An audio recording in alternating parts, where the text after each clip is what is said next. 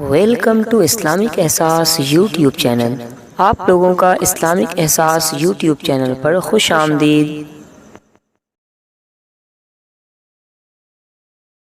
Urdu forum جو اپنے 50 سال پورے کرنے کے بعد آج بھی پورے آفتاب کے ساتھ اردو دنیا میں صرف یاد ہی نہیں کیا جا رہا ہے بلکہ اپنی تمام رہنمائیوں کے ساتھ اور تمام خدمات کے اعتراف کے ساتھ اردو کی خدمت انتہائی خاموشی کے ساتھ کرتی چلی آ رہی ہے۔ اردو فورم سے میرا بھی تعلق اس بنا پر ہے کہ گاہے گاہے اس کی نشستوں میں حاضری ہوئی اور سالانہ پروگرام میں تو پابندی کے ساتھ مجھے اس کا موقع ملا ہے۔ میں مشکور ہوں اردو فورم کے ماضیوں کا، اور ابھی آپ نے تذکرہ سنا کہ اردو فورم کو کن ہستیوں کی دعائیں اور کن ہستیوں کا سایہ ان کے ساتھ ان کے سر پہ رہا ہے۔ یہ بھی بہت ہی اہم ہے کہ شعراء ہوں، ادبا ہوں، بزرگان دین ہوں اور نامور شخصیات ہوں، ان تمام کی دعائیں، ان تمام کی کاوشیں اردو فورم کے ساتھ ہے۔ اور اردو فورم یہی وجہ ہے کہ انتہائی محدود دائرے میں رہ کر کے بہت ہی مضبوط اردو کی خدمت انجام دے رہی ہے۔ میں موجودہ کنوینر جناب جوہر صاحب کا بہت ہی احترام کرتا ہوں، اور ڈاکٹر سہیل صاحب کے وفات کے بعد جس طرح سے اردو فورم کو انہوں نے چلایا ہے اور سنوارا ہے، یہ یقیناً قابل تعریف ہے، قابل تقدیر ہے۔ اور بہت سارے جو ادبی تنظیمیں ہیں ان کے لیے، ہم لوگوں کے لیے، اردو داں کے لیے، میں اپنی بات بہت زیادہ نہیں کہتے ہوئے ایک بات پر ختم کرنا چاہتا ہوں اردو فورم کی شان میں، کہ راہ دشوار کو آسان کیا ہے اردو فورم نے۔ راہ دشوار کو آسان کیا ہے اردو فورم نے، اور دست و صحرا کو گلستان کیا ہے اردو فورم نے۔ دست و صحرا کو گلستان کیا ہے اردو فورم نے، اور مٹ نہ پائے گا اردو اس جہاں سے کبھی، مٹ نہ پائے گا اردو اس جہاں سے کبھی، آج یہ اعلان کیا ہے اردو فورم نے، آج یہ اعلان کیا ہے اردو فورم نے۔ انہیں چند باتوں کے ساتھ میں بہت بہت شکر گزار ہوں اردو فورم کا۔ شکریہ۔ ویلکم ٹو اسلامک احساس YouTube channel.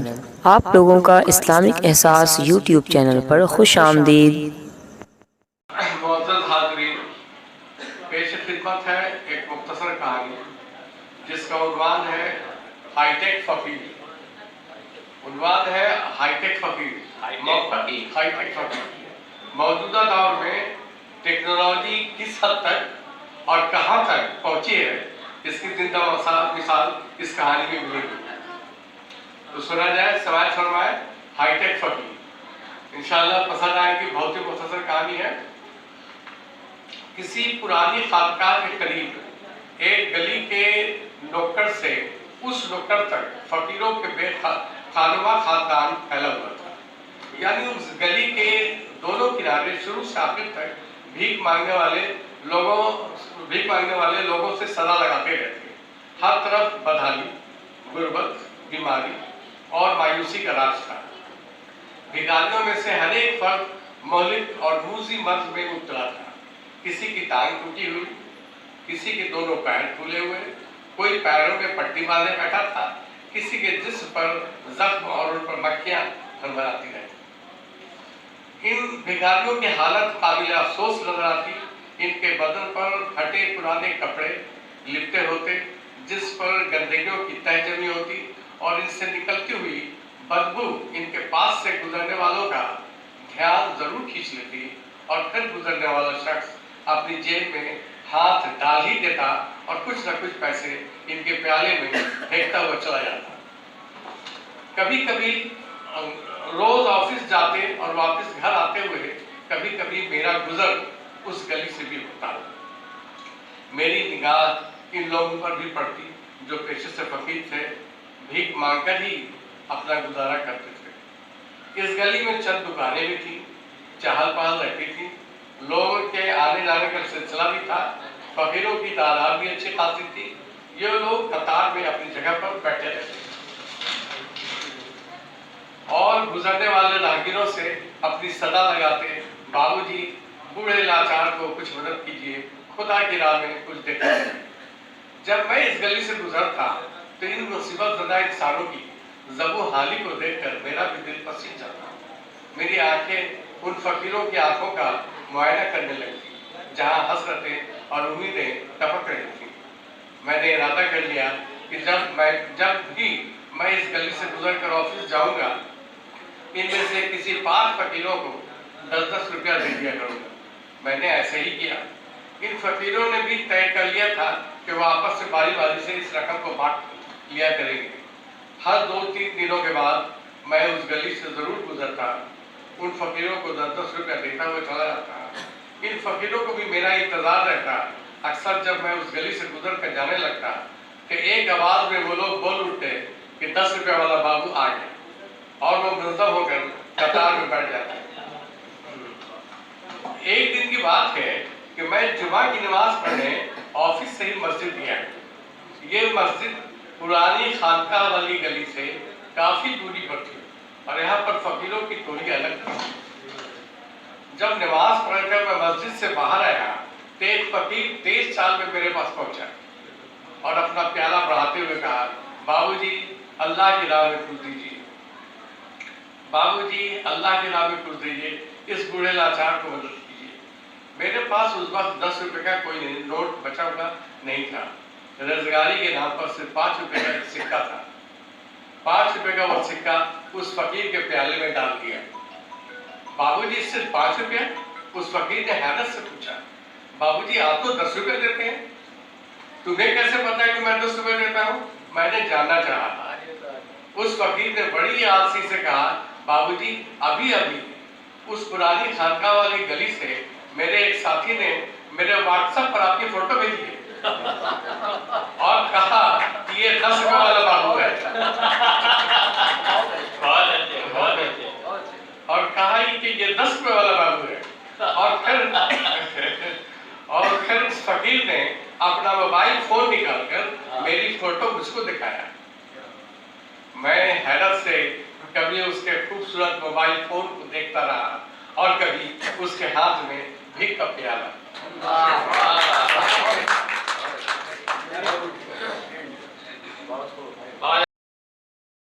Welcome to Islamic एहसास यूट्यूब चैनल।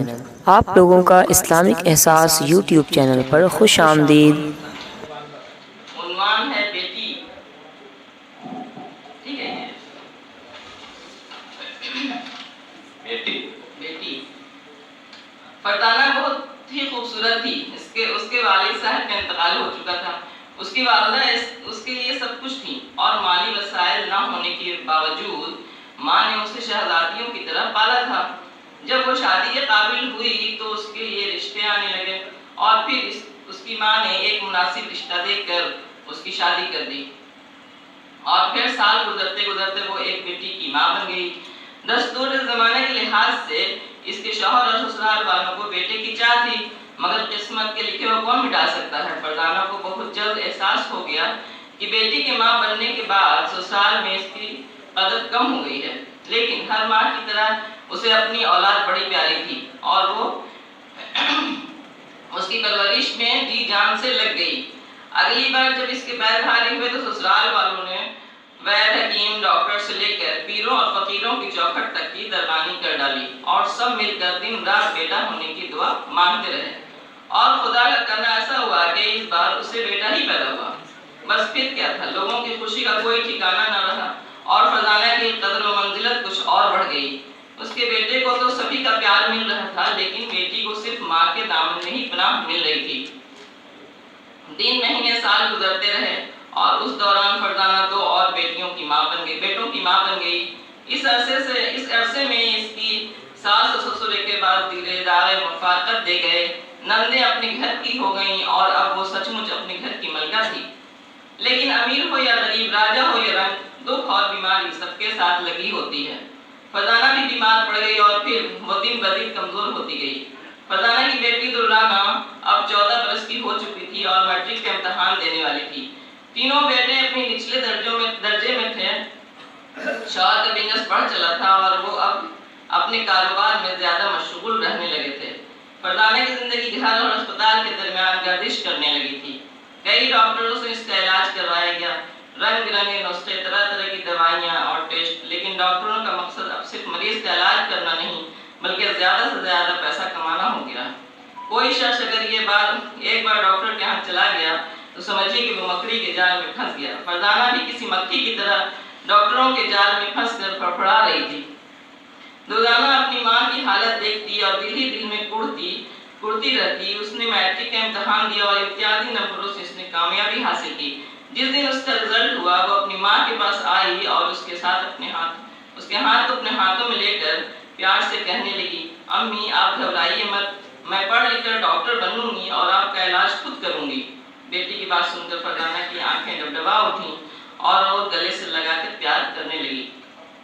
آج فرزانہ کا گھر شادی والے گھر سے کم نہیں لگ رہا تھا، لوگوں کا ہجوم لگا ہوا تھا۔ اس کے گھر میں مبارکباد دینے والوں کا تانتا بندھا ہوا تھا۔ مبارکباد دینے والے اور اپنے ساتھ کوئی نہ کوئی تحفہ بھی لے کر آئے تھے۔ آج فرزانہ نے میڈیکل کی پڑھائی پوری کر لی تھی اور وہ ڈاکٹر بن گئی تھی۔ فرزانہ بیڈ پر پڑی ان سب کو آتے جاتے دیکھ رہی تھی۔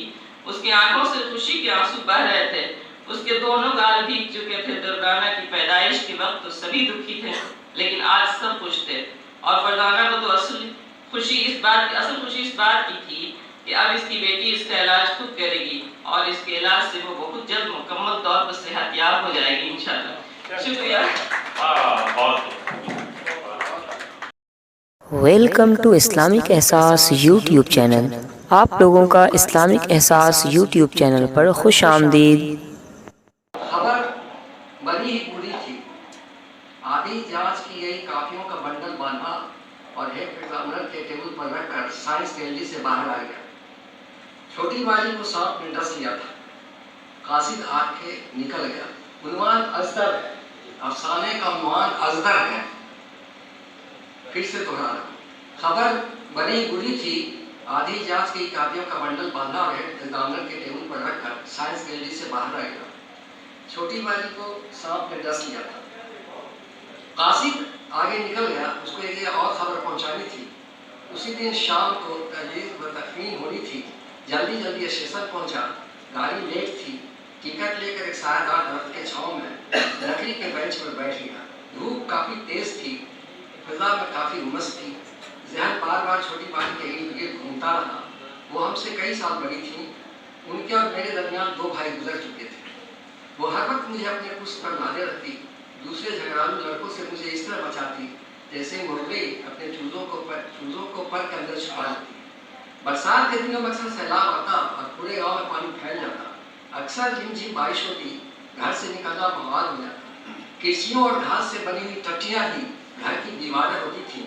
ایسے میں بازی بھٹا بھونتی اور کبھی پکوڑے تلتی، کبھی لیٹے لیٹے اپنے پاؤں پر رکھ کر جھولا جھلاتی۔ اکثر ایسا کرتے ہوئے گنگناتی رہتی۔ بازی سونی تھی لیکن چہرے پر کشش تھی، ملاحت تھی۔ گول مٹول چہرہ، مسکراتی آنکھیں، لبوں پر ہر وقت تبسم۔ کھل کر ہنستی تو سفید سفید دانت چمکنے لگتے۔ بال کافی لمبے تھے اور سیاہ تھے۔ کبھی دونوں چوٹیاں کھولتی تو کمر تک پھیل جاتے۔ گھر میں سب کی چہتی تھی۔ بڑے بھائی جان جی جان سے چاہتے تھے۔ ہر کسی کے زبان پر بازی کا ہی نام لگتا تھا۔ گاڑی آنے کی گھنٹی بجی تو میں حال میں لوٹ آیا۔ گاڑی کے پہلے ڈبے میں جگہ لینے کی کوشش کی اور مل بھی گئی، کیونکہ جس اسٹیشن پر مجھے اترنا تھا اس کے اگلے سگنل کے بعد ہی اس گاؤں کا راستہ تھا جہاں میری باجی کی شادی ہوئی تھی۔ 1-2 اسٹیشن گزرنے کے بعد پھر وہی تصویریں آنکھوں کے سامنے آنے لگی۔ ان کی شادی میں بہت چھوٹا تھا لیکن اچھی طرح یاد ہے کہ کس طرح لال کپڑوں میں دلہن بنی، بارات آئی، شہنائی گونجی اور کس طرح سے ہم لوگوں نے دلہا کے گھوڑے کو دروازے پر چھینکا تھا۔ اگلے دن وہ چلی گئی اور سب کو رلا گئی۔ میں بھی رو رہا تھا لیکن مجھے پتا نہیں میں کیوں رو رہا تھا۔ شاید امی کو دیکھ کر میں بھی لگنے لگا تھا۔ سب کی دلاڑی تھی۔ ابا جب بھی آنگن میں داخل ہوتے اسی کا نام لیتے، لیکن اب گھر کا سناٹا تھا۔ ایک کر سارے مہمان چلے گئے۔ کئی مہینوں کے بعد ہی ابا انہیں کے نام لیتے ہوئے घर में दाखिल होते और जब उनको गलती का एहसास होता एकाएक चुप खामोश हो जाते, साकित रह जाते, उनका चेहरा उदास हो जाता और न जाने क्यों अपना चश्मा दुरुस्त करने लगते और दूसरी तरफ अम्मी सूख पड़ती। अचानक गाड़ी वीराने में रुक गई, शायद किसी ने जंजीर खींच ली थी। मुझे गुस्सा आया, मैं बाजी के गांव जल्द पहुंचना चाहता था। आखिर कुछ देर खटखुट के बाद गाड़ी लगने लगी। कासिम ने बताया था कि दरवाजे पर बड़े बगल से वो उतरा था और बाजी को डसने के बाद किसी सिंह को गया, किसी को पता ही नहीं चला। मैंने अपनी आंखें मूंद ली, लेकिन रहना कर दिल बेचैन हो रहा था। आंखों में आंसुओं का सैलाब उमड़ आता, लेकिन मुसाफिरों के दरमियान में किसी जब्त किए हुए बैठा रहा। भूली बिसरी यादें मेरा ताबू कर रही थी। एक बार उनके हाथ में उनके घर गया था। पहली निगाह को उदास लगी, बाल भी न बांधा था, लेकिन मुझे देखते ही जाग उठी। शायद अपने पुराने घोंसले के परिंदर को देखकर खुश हो रही थी। जल्दी जल्दी पराठे अंडर बना के ले आई, बातें भी करती जाती थी और रह कर हंस भी रही थी। घर में एक फर्द की खैरियत दरियाफ्त कर रही थी। भाभी कैसी हैं? अम्मी को परेशान तो नहीं करता? फिर अम्मी के पेट की रिहाई दर्द के बारे में पूछकर मुहासी होकर धीरे धीरे गुदगुदाई। न जाने कौन अम्मी के पेट पर गर्म पानी का बोतल लुढ़काती होगी। मैंने कहा, आप क्यों फिक्र करती हैं? वाली पुरानी मामानी है, वो हर वक्त अम्मा के साथ रहते हैं। कल होकर मैं वापस होने लगा, मुझे तैयार होकर देखकर वो रोने लगी। मैंने जब्त किया। वो बोली, कैसा लगा मेरा घर और घर के लोग? बाजी बहुत अच्छा, इतनी अच्छी सास तो किस्मत से मिलती। घर के सारे लोग अच्छे हैं, खुश मिजाज है, मिलनसार है। बोली, एक शख्स को छोड़कर। मैं इशारा समझ गया। नहीं वाली, वो भी बहुत अच्छे हैं, ऑफिस जाकर मुझसे मिलकर गए। छोटू, तुम अभी नहीं समझोगे, हर इंसान के अंदर कई खोल होते हैं, अंदर से कुछ, बाहर से कुछ। फिर बाजी ने अपनी समीज उठाकर पुष्प दिखाई, जिस पर कई नीले नीले निशान थे। फिर उसने समीज बांह के ऊपर की, बाजू पर भी वही नीला नीला निशान। मैं हैरतज़दा था। मैंने अपना बैग जमीन पर रख दिया, उससे में मेरी मुठ्ठियाँ भिज गई। मैं उनसे मिलकर जाऊंगा, देखता हूँ वही फायदा। फिर उसने लोहे की फुकनी को दिखाया, जो चूल्हा जहाँ तक काम में लाया जाता था। वो इशारों में सब कुछ बोल गई। फिर मैं धम से पलंग पर बैठ गया। उसने मुझे जोर से लिपटा लिया और रोने लगी। रोती रही, सकती रही। नहीं नहीं, तुम छोटू अभी बहुत छोटे हो, तुम सारी बात नहीं समझ पाओगे। भाईजान ने सिर्फ असल चीज को नहीं देखा, बहन भी आते वक्त लड़के को परखना जरूरी नहीं समझा। उसने खुद मेरा बैग उठा लिया और कहा, चल बाहर रिक्शा आ गया है। माँ से कुछ मत कहना, तुमको मेरी पसंद, अल्लाह तुझको जल्दी बड़ा कर दे। थोड़ी देर खामोश रही। देखो, औरत सब कुछ सह सकती है, भूखी रह सकती है, प्यासी रह सकती है, लेकिन अपने सुहाग का बंटवारा नहीं देख सकती। तो तू अभी बहुत छोटा है, जब तू बड़ा हो जाएगा तो समझ जाएगा। फिर उसने मेरे सर का बोसा दिया और फिर मुस्कुराने की नाकाम कोशिश करने लगी। वो रिक्शा वाले को कह रही थी, जब तक इसकी गाड़ी न खुल जाए तुम वहीं रहना, इसको अकेले मत छोड़ना। आज मैं सचमुच बड़ा हो गया हूँ और सब कुछ समझने लगा। गाड़ी की रफ्तार इतनी सुस्त क्यों हो गई? मंजिल इतनी दूर क्यों होती जा रही है? शायद मैं जल्दी जल्दी अपना सफर तमाम करना चाहता था। छोटी वाली अपने ससुराल में सर्दी चाहती थी। कभी मैंने उनकी जबान से सास मतलब किसी की शिकायत न सुनी थी। मोहल्ले को किसी की भाभी थी, किसी की चची, किसी की मामानी, किसी की खाला, कोई वाली कहकर पुकारती, कोई आपा कहकर बुलाती। हर एक गम में शरीक, हर एक खुशी में शामिल। कोई बीमार हो उसके यहाँ हाजिर, कोई दर्द ज़ह में मुब्तला हो रात उसके घर में गुजारती। किसी को हाजत हो दुल्हा भाई से छुपा कर उसकी मदद करती। मोहल्ले से मजदूर कलकत्ता एक रात जाते वक्त उनसे जरूर मिलता और बाजी उसकी जेब में कुछ न कुछ डाल देती। दरवाजे पर कोई बुजुर्ग आकर बैठ गए, जल्दी से चाय बनाकर भेजते। हर किसी के आधे वक्त पर खड़ी नजर आती। खुश रहने का जवाब उन्होंने अच्छा निकाल लिया था। एक धक्के के साथ गाड़ी रुक गई। यादों का काफिला बरहम हो गया। स्टेशन के बाहर रिक्शा लिया और उसकी जल्दी चलने का सूरज ही मगरिब को पहुंच रहा था। मैं रिक्शा वाले को बार बार कहता, भैया तेज चलाओ, थोड़ा जल्दी करो। बाजी के घर बाहर भारी भीड़ थी। आंगन में औरतों का सैलाब, तिल रखने की जगह थी। बाजी सफेद कपड़ों में लिपटी ताबूत में लेटी थी। नजारत की कोई नन लग रही थी। चेहरे पर अजीब सुकून था, होंठ जैसे बोलने को बेताब। कहाँ इतनी देर कर दी छोटू, अब तो मैं जा रही हूँ। मेरा छोटू इतना बड़ा हो गया। फिर बाजी की रुखसती का वक्त आ गया। आज कहाँ चलेंगे? एक तरफ मेरा कांधा है, दूसरी तरफ बड़े भाई का, तीसरी तरफ शोएब भैया और चौथी तरफ हनीफ मामा। फिर कांधे बदलते गए। उनका जनाजा उठते ही शोर मच गया। आस पास के लोग दौड़ पड़े। रामपुर वाली चली गई। कब्रिस्तान बाजी के बालिशा से मकसूद था। कैसे आंखों से लगी टहनियाँ कब्र पर झुक आई थी। अब उनके खबर को बराबर किया जाता था। मैं कुछ अलग अकेला बैठा हुआ था। हनीफ मामा कंधे पर हाथ रखकर दिलासा देने लगे। मैं हन्नो मामा को सांप बिच्छू का घर उतारते देखा था। जमीन पर हाथ सरकाते, फिर जमीन पर फेल लिखकर 10 जूतियाँ मारते, फिर रेल लिखकर 10 जूतियाँ मारते, फिर आयन लिखकर 10 जूतियाँ मारते, फिर वाव के बारी आती और आखिर में नून पर जूतियाँ बरसाते। यानी फिरौन को जूतियाँ मारते जाते और कुछ बुलाते जाते। मरीज रोता हुआ आता, हंसता हुआ जाता। मैंने उनसे पूछा, मामा आप भी जहर नहीं उतार सके? बोले मौका ही नहीं थी, जब तक मैं आता सारा खेल खत्म हो गया। जन्नती थी जन्नती, शहीद हो गई, हम सबको रुला के चली गई। बड़े भाईजान मेरे करीब आ गए, मुजरिम की तरह खड़े थे। बहुत देर हो गई, सारे लोग चले गए। बड़े भाईजान ने कहा, चलो फातिहा पढ़ लो। बाजी को गुजरे कई साल हो गए। फिर वैसी ही गर्मी थी, सूरज आग उगल रहा था। मैं सुबह से स्ट्रॉन्ग होकर टीम से कापियों का बंडल बनवा रहा था। हर कमरे में एक एग्जामिनर के नाम बंडल रिकॉर्ड करता जा रहा था। स्कूल का दूसरा प्यून देवेंद्र दरवाजे पर कहा, कोई आपसे सर मिलने आया। मैंने रामदेव को स्ट्रॉन्ग रूम को बंद करने कहा और खुद स्टाफ रूम की तरफ बढ़ गया। वहाँ मेरे इंतजार में डॉक्टर हमीद भाई बैठे थे। हमीद भाई बड़े ही मोहब्बत से गले मिले। मैंने प्यून को चाय लाने कहा। वो बोले प्रिंसिपल सर ने पहले ही चपरासी को चाय लाने के लिए भेज दिया। चाय आ गई। हमीद भाई मेरे बाजी के गाँव के डॉक्टर थे। आयुर्वेद कॉलेज से फारिग थे, लेकिन एलोपैथ दवा ही चलाते थे। रश्मि उठते हुए बाद उन्होंने चुपके से अपने बेटे का रोल नंबर मुझे थमा दिया। उन्होंने कहा, आपको हम लोग के गांव का आना ही छोड़ दिया।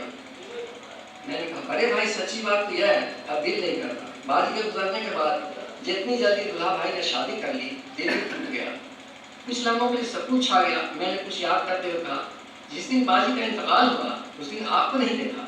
उन्होंने कहा, इस हादसे के दिन मैं गाँव में नहीं था, और रहते भी तो क्या करते थे? मैंने सवालिया निगाहों से उनको देखा। उन्होंने कहा, बड़े भाई किसी को सांप डस ले उसका इलाज किया जा सकता, लेकिन अगर 2 पांव से चलने वाला अजदहा डस ले, अब वो सवालिया निगाहों से मुझे देखा।